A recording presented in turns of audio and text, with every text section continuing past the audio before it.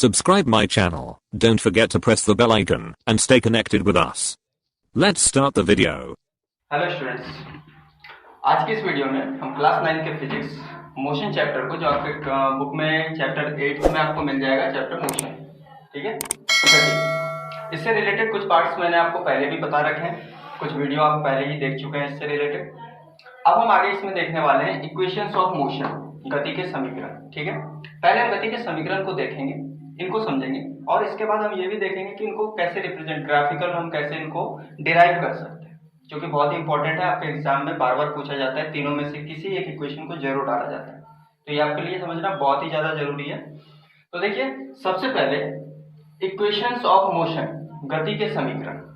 तो बेसिकली हमारे पास गति के 3 समीकरण हैं, जैसा कि आप देख पा रहे हो। First, velocity time relation. पहला जो इक्वेशन है वो वेलोसिटी और टाइम को रिलेट करता है। वेलोसिटी आपको पता है, वेग, स्पीड विद डायरेक्शन, पिछले वीडियोस में आपने देखी होगी। तो ठीक, इस इक्वेशन में v is equals to u plus a t. सभी टर्म्स को आपको समझना है। v क्या है आपका फाइनल वेग, u क्या है इनिशियल वेग, a एक्सेलरेशन और t टाइम, ठीक है। v फाइनल वेग, जब कोई ऑब्जेक्ट किसी मोशन में है, हम उसके मोशन को कैलकुलेट कर रहे हैं, तो जिस टाइम उसने स्टार्ट किया था चलना, उसे हम इनिशियल बोलते हैं, इनिशियल वेलोसिटी। और जब वो रुकता है या जब हम अपनी कैलकुलेशन को लास्ट करते हैं, उस समय की वेलोसिटी अगर हम देखें तो वो फाइनल वेलोसिटी होती है। Acceleration, acceleration means change in velocity, या तो ऑब्जेक्ट अपने स्पीड को, अपनी वेलोसिटी को इंक्रीज कर रहा हो विद टाइम, या फिर वो डिक्रीज कर रहा हो, तो ये एक्सेलरेशन हो जाएगा हमारा। और इन सब में टाइम कितना लगा, ठीक है, ये हो गया। तो ये था हमारा फर्स्ट इक्वेशन ऑफ मोशन, जिसे हम कहते हैं वेलोसिटी टाइम रिलेशन। आप यहाँ पे ये भी लिख सकते हो, फर्स्ट इक्वेशन ऑफ मोशन, ठीक है।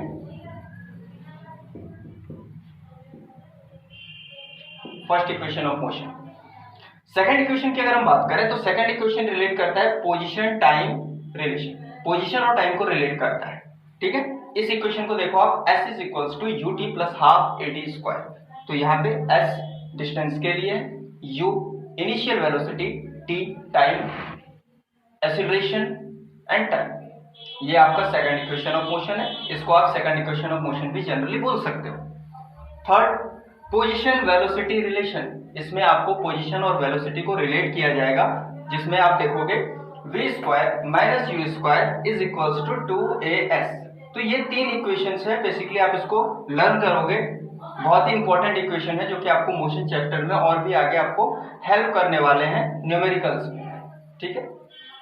अब इन इक्वेशन को एक एक करके हम देखेंगे कि ग्राफिकली मेथड से, ग्राफ के मेथड से हम इनको कैसे डिराइव कर सकते हैं, कैसे निकालेंगे, ये इक्वेशन कहां से आएगा, ठीक है। तो चलिए हाँ ग्राफ बनाते हैं। तो ऐसे कुछ आपको सबसे पहले ग्राफ बनाना है, ठीक है। देखिए, derivation of first equation of motion by graphical method. Graphical method से हम देखेंगे कि कैसे हम डिराइव कर सकते हैं जो हमने तीनों इक्वेशन ऑफ मोशन अभी देखे। तो सबसे पहले जो आप ये ग्राफ देख रहे हो, ये तीनों इक्वेशन ऑफ मोशन को डिराइव करने के लिए तीनों में आपको ऐसे ही ग्राफ बनाना है। इस ग्राफ में क्या क्या हमने शो किया, इसको देख लेते हैं। सिंपल सा एक ग्राफ बनाया है, जिसमें आप देख रहे हो एक्स एक्सिस पे हमने टाइम को दिखाया है और वाई एक्सिस पे हमने वेलोसिटी को दिखाया है, ठीक है। उसके बाद ऑब्जेक्ट जो मूव कर रहा है, उसके लिए हमने इनिशियल वेलोसिटी का पॉइंट ये ले लिया, ए पॉइंट। फाइनल वेलोसिटी के लिए ये पॉइंट लिया है डी। अब देख रहे हो यहाँ पे u एंड v मैंने लिख दिया है, ठीक है ना। और टाइम जो है, ये टाइम ये कवर कर रहा है, पूरे डिस्टेंस को कवर करने में इतना टाइम ले रहा है, इसलिए टाइम के लिए ये पॉइंट हमने चूज किया।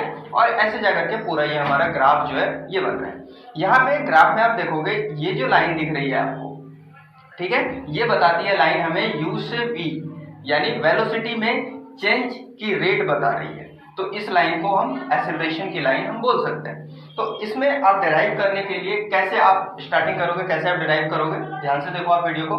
सबसे पहले हम रिप्रेजेंट करेंगे कि इस ग्राफ में हमने किस किस पॉइंट को किस लिए यूज किया है। बी सी, जो v को रिप्रेजेंट कर रहा है, आप देख रहे हो ये बी सी पूरे v के इक्वल है, और ई सी ये u के इक्वल है,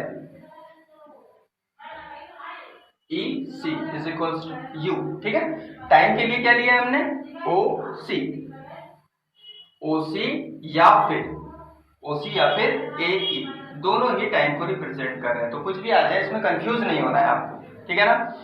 अब बेसिकली हम इसको प्रूव करने के लिए क्या करेंगे, एक सिंपल सा फॉर्मूला यूज करेंगे, जो एक्सेलरेशन का फॉर्मूला आपको याद होगा, मैंने आपको बता रखा है पहले की वीडियो में एक्सेलरेशन का क्या फॉर्मूला होता है।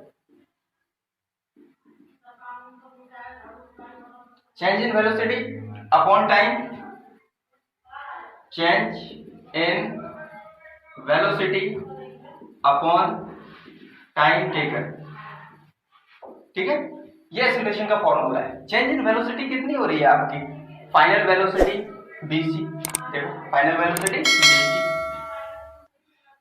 Minus initial velocity ec upon time taken oc या ae, आप कुछ भी लिख सकते हो यहाँ पे, ठीक है, is equals to acceleration. Acceleration के लिए भी आप यहाँ पे लाइन यूज कर सकते हो ab। यहाँ पे सिंपली आपको क्या करना है, सबकी वैल्यू को प्लॉट करना है। ab हमने एक्सेलरेशन के लिए रखा है, bc final velocity, ec initial velocity and oc time. Simple सी मैथमेटिक्स लगाएंगे यहाँ पे, हम क्रॉस मल्टीप्लाई इसको करेंगे, at is equals to v minus u, बस थोड़ी सी अरेंजमेंट और हमारा पहला जो इक्वेशन ऑफ मोशन है वो निकल जाएगा। अरेंजमेंट क्या करनी है, इस u को आप डिस्प्लेस करते हो अगर, तो आपको मिल जाता है v is equals to u plus at, और यही है हमारा फर्स्ट इक्वेशन ऑफ मोशन जो हमने ग्राफिकल मेथड से डिराइव किया इस ग्राफ की हेल्प से। ओके, चलिए, ग्राफ आपको चेंज नहीं करना है, सेकंड इक्वेशन के लिए भी आप इसी ग्राफ को बनाओगे और सिर्फ थोड़ी सी कैलकुलेशन चेंज होगी, ठीक है। आपको ध्यान के क्या रखना है कि कैसे हम इसको डिराइव कर सकते हैं। फर्स्ट इक्वेशन के लिए हम एक्सेलरेशन का फॉर्मूला यूज कर रहे हैं। अब चलिए देखते हैं सेकंड इक्वेशन को, देखते हैं अब हम सेकंड इक्वेशन ऑफ मोशन को कैसे ग्राफिकली मेथड से डिराइव करें। तो इसके लिए आपको ग्राफ में बिल्कुल चेंजेस नहीं रखनी, और सेकंड इक्वेशन ऑफ मोशन क्या है आपको अभी पता होगा, आपने वीडियो में भी थोड़ी देर पहले देखा। Second equation of motion s is equals to ut plus half at square. It means हमें डिस्टेंस की बात करनी है, यहाँ पे ऑब्जेक्ट ने डिस्टेंस कितनी ट्रेवल करी है, तो ग्राफिकली हम कैसे डिस्टेंस को फाइंड करते हैं, आइए इसको समझते हैं। यहाँ पे जो आप फिगर देख रहे हो इसमें OABEC, ये जो एरिया देख रहे हो ना, ये एरिया रिप्रेजेंट करता है डिस्टेंस ट्रेवल्ड बाय ऑब्जेक्ट, ठीक है। तो एरिया निकालना है, बेसिकली जब भी डिस्टेंस की बात करी जाए तो हमें एरिया निकालना है, ठीक है। तो सबसे पहले जो हमारा सेकंड इक्वेशन ऑफ मोशन है इसमें डिस्टेंस की बात करी जा रही है, तो डिस्टेंस हम कैसे फाइंड करेंगे, distance s is equals to area of OABEC, ठीक है। अब आप यहाँ पे इस फिगर में देख सकते हो कि ये जो आपका OABEC फिगर है, इसमें आपको एक ट्रायंगल एंड एक रेक्टेंगल फॉर्म होता हुआ दिख रहा होगा। तो हम इसको टू पार्ट्स में रख करके एरिया निकाल सकते हैं, ठीक है। सबसे पहले area of OAEC plus area of triangle, कौन सा ट्रायंगल फॉर्म हो रहा है, ABE। पूरे फिगर को हमने टू पार्ट्स में स्प्लिट किया, बांट दिया इसको, ठीक है।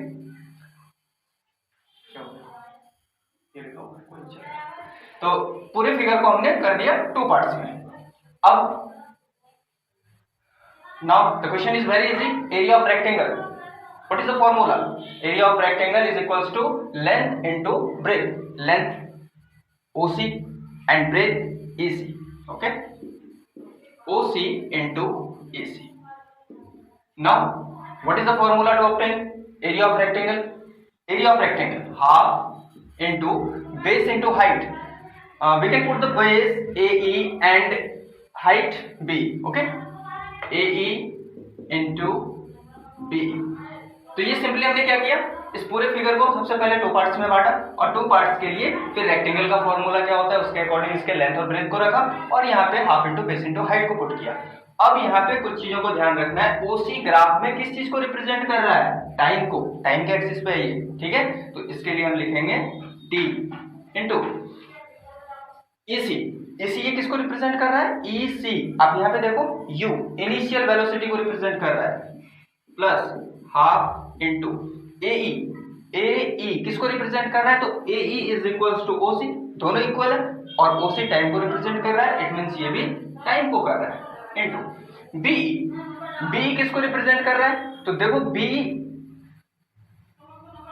इज इक्वल्स टू लिख सकते हैं, ये जो BE लाइन है BC माइनस EC, ठीक है, ये हम लिख सकते हैं। बी लाइन कहां से मिल रही है हमें, ये कंप्लीट बीसी लाइन में से इसी को सब्ट्रैक्ट करके मिल रही है।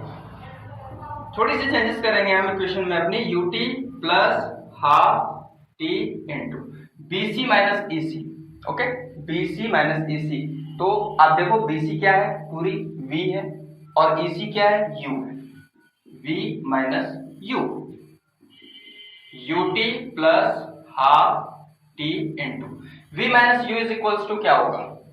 अभी आपने पीछे जब पहले वाले इक्वेशन को सॉल्व किया तो वहां पे हमने इसको लिखा v is equals to u plus a t. अगर इस u को इधर ले आए, v minus u is equals to क्या मिलेगा हमें, ए टी। तो v माइनस यू की वैल्यू हम पुट करेंगे ए टी।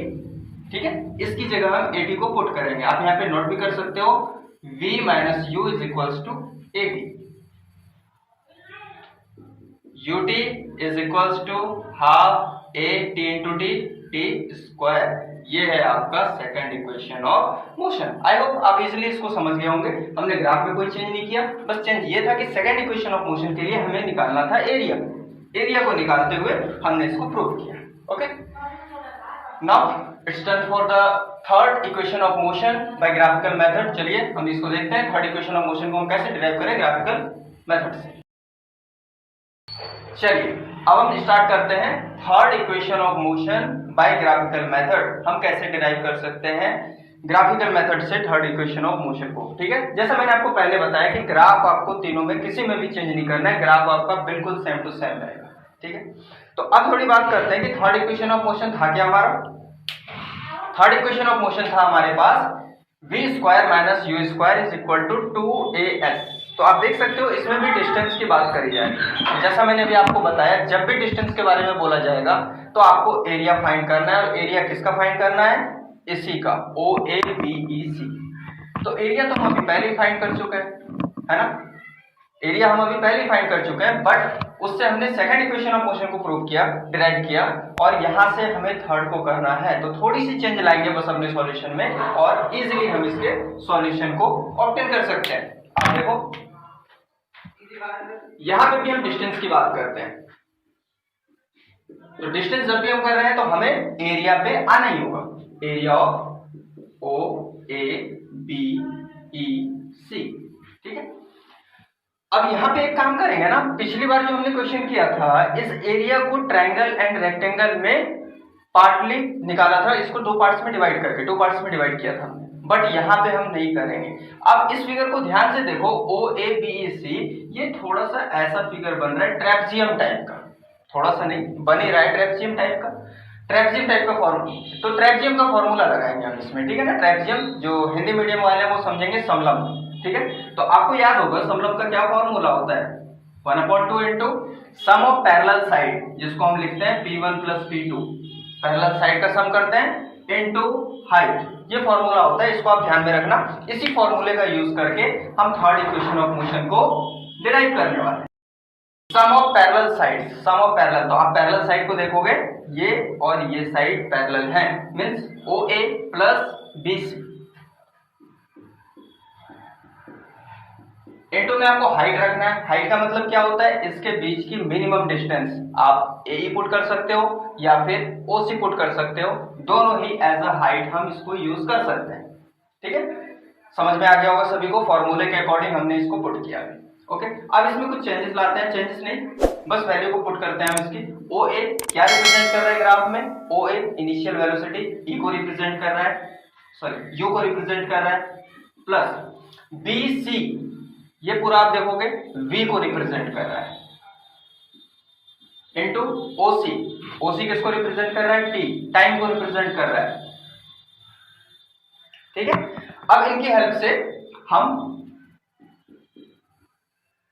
जो हमारा फॉर्मूला है v square minus u square is equals to 2as, इसको ऑब्टेन करेंगे। तो देखिए ये कैसे मिलने वाला है हमें, सबसे पहले distance is equals to 2 into u plus v को v प्लस u, ऐसे आप कुछ नहीं किया हमने, बस थोड़ा सा पोजीशन चेंज किया। अब t की वैल्यू, हमें t की वैल्यू पुट करनी है, ठीक है। तो t की वैल्यू के लिए फिर से हम फॉर्मूला यूज करेंगे, फर्स्ट इक्वेशन ऑफ मोशन से ही यूज करेंगे।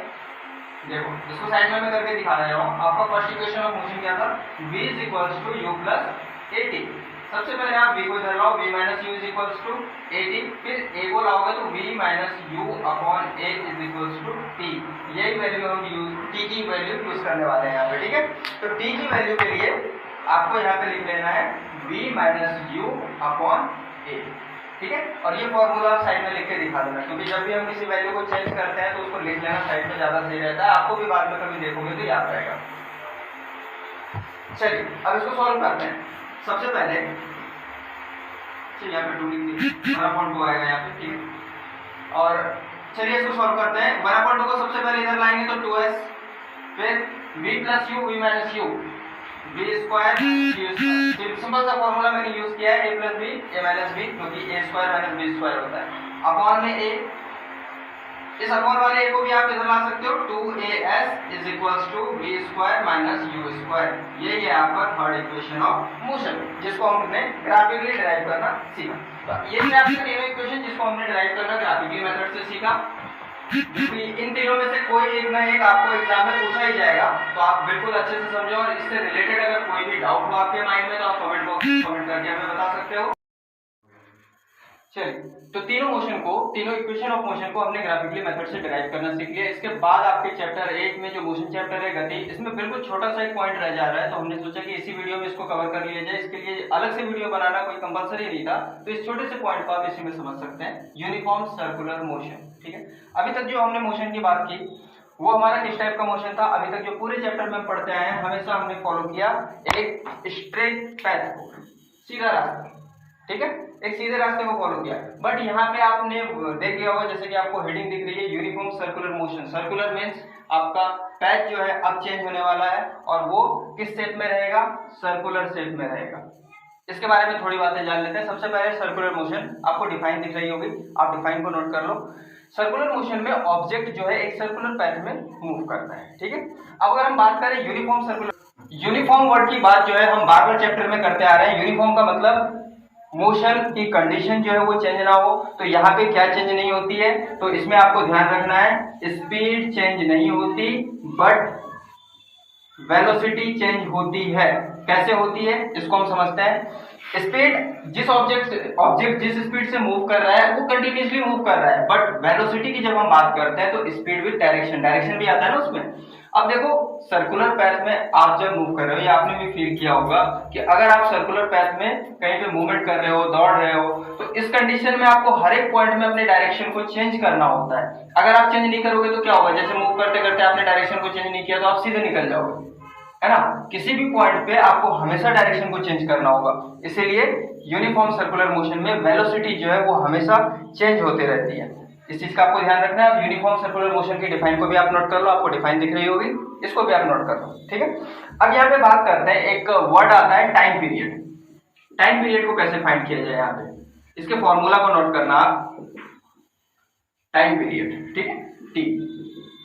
तो नॉर्मल सा फॉर्मूला है। टाइम निकालने के लिए हम क्या करते हैं? Distance upon speed, okay.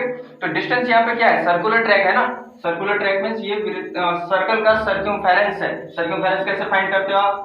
2πr। तो डिस्टेंस की जगह आपको 2πr पुट करना है, और अपॉन में जो इसकी वेलोसिटी होगी वो पुट करना है। तो ऐसे आप टाइम पीरियड को निकाल सकते हो।